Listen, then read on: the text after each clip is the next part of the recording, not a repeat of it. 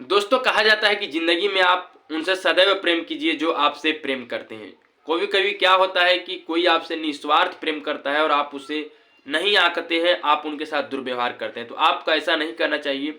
और दोस्तों ऐसा बात नहीं कि आदमी आदमी से प्यार करता है, औरत औरत से प्यार करता है, लड़की लड़के से प्यार करता है, लड़के लड़की से प्यार करता है, ऐसा कोई बात नहीं है।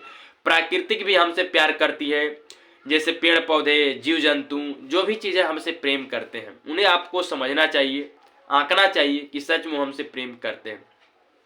इसी को लेकर के मैं आप लोग कहानी सुनाने जा रहा हूँ। कहानी को जरा अच्छे से समझिएगा। एक बार की बात है, एक जंगल में बहुत ही बड़ा सेब का पेड़ था। एक छोटा बच्चा था जो कि प्रतिदिन सेब के पेड़ के पास जाता था, खेलता था, कूदता था, शाखाओं से लटकता था, फल तोड़ के खाता था, डेली प्रतिदिन जाया करता था। पेड़ और बच्चे काफी दोनों एक दूसरे से मिलकर खुश हुआ करते थे। बच्चे ने कुछ दिन तक तो गया पेड़ के पास, लेकिन वह कुछ दिन बाद जाना छोड़ दिया।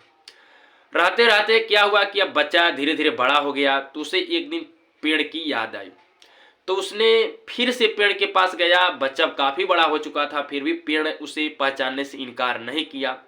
पेड़ ने पूछा, आइए फिर से खेलिए, कूदिए, उछलिए, फल तोड़िए, खाइए। लेकिन बच्चा काफी उदास था। बच्चा बोला कि अब मैं पेड़ से फल और नहीं खाता, अब मेरा मन कर रहा है नए खिलौने से खेलने को, लेकिन पैसा नहीं है। तो इस पर पेड़ ने जवाब दिया कि मेरे फल तोड़कर बेचकर अब जाओ, खिलौना ले करके खेलो। तो अपना देखिए कि फल दान कर दिया और बच्चे ने फल को तोड़ा, गया बाजार में, बेचकर खिलौना खरीद के लाया। फिर कुछ दिन तक खेला कूदा, अपने घर ही रहा, पेड़ तक नहीं जाता था। अब क्या हुआ कि पेड़ भी उदास फिर रहने लगा। अब इधर क्या हुआ कि बच्चा धीरे धीरे और भी बड़ा हो चुका था। तो एक दिन पेड़ की याद आई बच्चे को, तो फिर बच्चा ने पेड़ के पास गया। तो पेड़ ने बोला कि आइए खेलिए कूदिए, अब क्या चाहिए।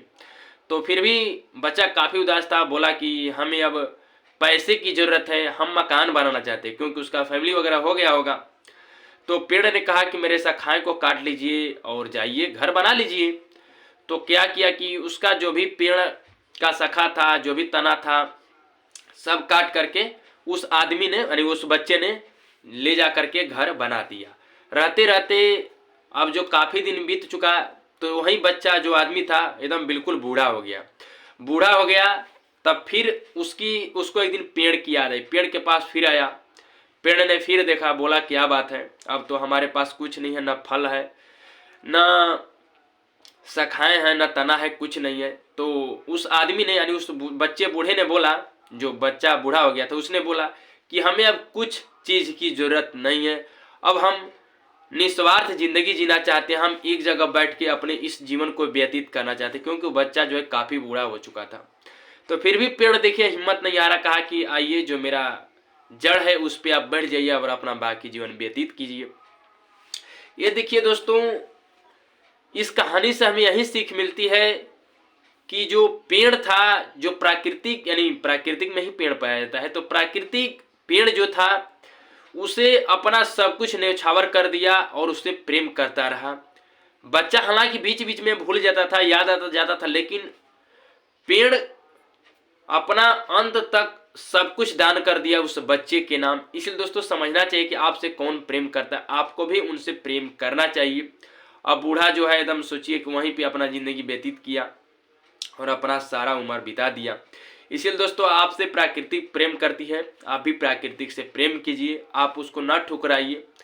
तो दोनों का दोस्ती बहुत ही अच्छा चला और अंत तक चला। तो हमसे यही सीख मिलती है कि आप भी प्राकृतिक से प्रेम कीजिए, जो आपसे प्रेम करता है आप उनसे प्रेम करें। बस इतना ही।